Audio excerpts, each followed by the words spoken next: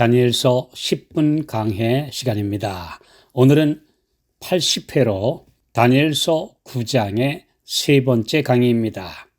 오늘의 주제는 위대한 탄원입니다. 다니엘서 9장 3절. 내가 금식하며 베옷을 입고 죄를 무릅쓰고 주 하나님께 기도하며 간구하기를 결심하고.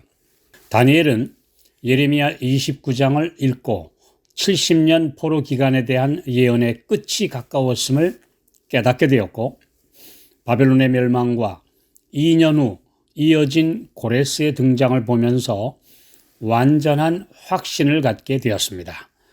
그리고 하나님의 말씀에 기록된 응답의 조건대로 회개하며 간구하기로 하였습니다. 예레미야 29장 12절 13절. 너희는 내게 부르짖으며 와서 내게 기도하면 내가 너희를 들을 것이요 너희가 전심으로 나를 찾고 찾으면 나를 만나리라.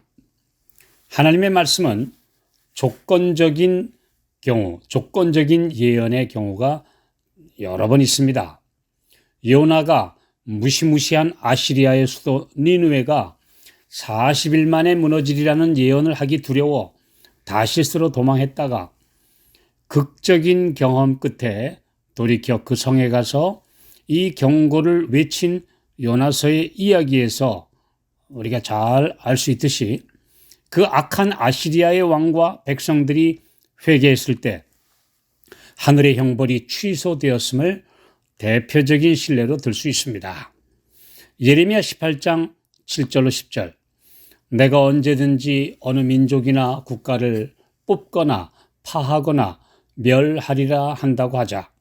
만일 나의 말한 그 민족이 그 악에서 돌이키면 내가 그에게 내리기로 생각하였던 재앙에 대하여 뜻을 돌이키겠고, 내가 언제든지 어느 민족이나 국가를 건설하거나 심으리라 한다고 하자. 만일 그들이 나보기에 악한 것을 행하여 내 목소리를 청종치 아니하면 내가 그에게 유익해 하리라 한 선에 대하여 뜻을 돌이키리라. 하나님께서 약속하신 모든 복과 성령의 부으심에 대한 약속에도 분명한 조건이 있습니다. 회개, 자복, 그리고 믿음의 기도입니다.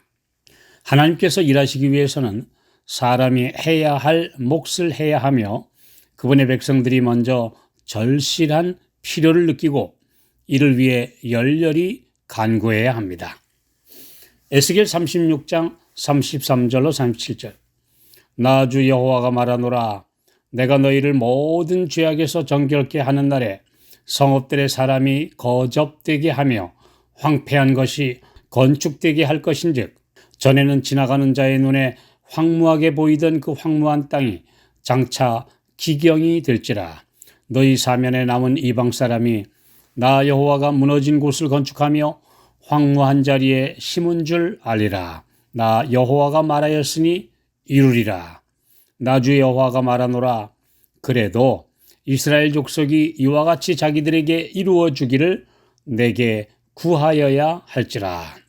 바벨론의 포로로 잡혀가 있던 수많은 유다 모든 백성들이 민족적으로 이 기회를 놓치지 않기 위한 기도를 드려야 마땅하지만, 그들은 현실에 파묻혀 이 절호의 기회를 보지 못하고 있었습니다. 다니엘은 혼자서라도 이 약속을 주장하며 탄원을 시작합니다. 그가 드린 기도는 하늘을 움직이는 강력한 능력의 기도였고, 사탄의 군대는 이를 막기 위해 온갖 공작을 다 하는데, 그것이 바로 다니엘 6장의 사자굴 사건입니다.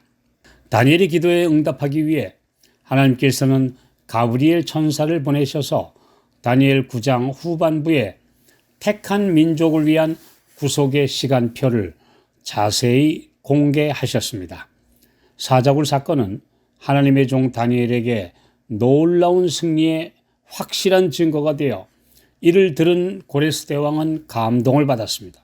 그리고 유다 포로들의 제1차 귀환령을 내리게 된 것입니다. 이로써 다니엘은 진실한 의인의 기도는 놀라운 힘이 있다는 사실을 확실하게 보여주었습니다. 다니엘 9장 3절로 19절에 기록된 이 기도는 사람이 드릴 수 있는 가장 깊고 넓고 높은 기도의 모본입니다. 종교개혁자 칼빈은 그의 저서에서 이 기도를 50페이지에 걸쳐 주석했습니다. 이 기도에는 항상 하나님과 인간이 대비되는데 철저하게 주님을 높이고 그분께 영광을 돌리며 사람들은 절대적으로 죄됨을 인정하는 것입니다. 인간이 무한하신 하나님 앞에 엎드릴 때 반드시 기억해야 할 것은 그분이 창조주요, 인간은 피조물이라는 사실입니다. 하나님의 선하심과 인간의 죄된 본성이 대비되며 그분의 위대하심과 능력에 인간의 연약함이 대비되며 그분의 공의로우심과 자비의 두 본성이 인간의 속절없고 가련한 상태와 대비됩니다. 이를 절실히 인정하고 그분 앞에 무릎을 꿇는 것이 참 예배요 간구입니다. 다니엘 9장 4절로 7절 내 하나님 여호와께 기도하며 자복하여 이르기를 크시고 두려워할 주 하나님 주를 사랑하고 주의 계명을 지키는 자를 위하여 언약을 지키시고 그에게 인자를 베푸시는 분이시여 우리는 이미 범죄하여 패역하며 행악하며 반역하여 주의 법도와 규례를 떠나 싸우며 우리가 또 주의 종 선지자들이 주의 이름으로 우리의 열왕과 우리의 방백과 열조와 온 국민에게 말씀한 것을 듣지 아니하였나이다. 주여 공의는 주께로 돌아가고 수욕은 우리 얼굴로 돌아옴이 오늘날과 같아서 유다 사람들과 예루살렘 거민들과 이스라엘이 가까운 데 있는 자나 먼 데 있는 자가 다 주께서 쫓아보내신 각국에서 수욕을 입어 싸우니 이는 그들이 주께 죄를 범하였음이니이다. 다니엘은 그의 탄원에서 자기 자신을 하나님의 뜻에 미치지 못한 자신의 백성들과 동일시했고 그들의 죄를 자신의 죄처럼 자복하였습니다. 그의 이런 모습은 인간이 되어 이 땅에 오신 예수님의 예표입니다.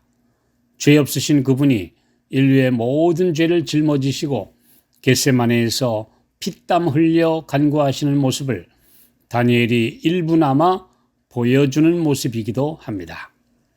그는 어린 나이에 자신이 책임질 아무런 잘못도 없이 머나먼 외국의 포로로 잡혀와 수 없는 고통을 겪었지만 하나님께 어떤 불평이나 원망도 하지 않습니다.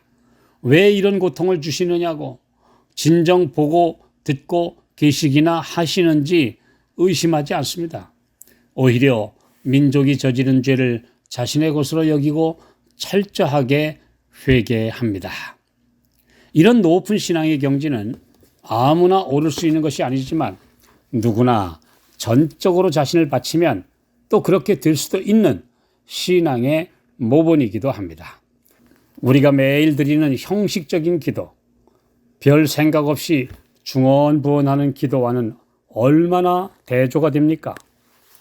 그의 기도는 참으로 위대한 중보의 탄원이었습니다. 이 위대한 기도를 우리 한번 다 함께 읽어보는 것은 참으로 유익한 감동적인 경험입니다.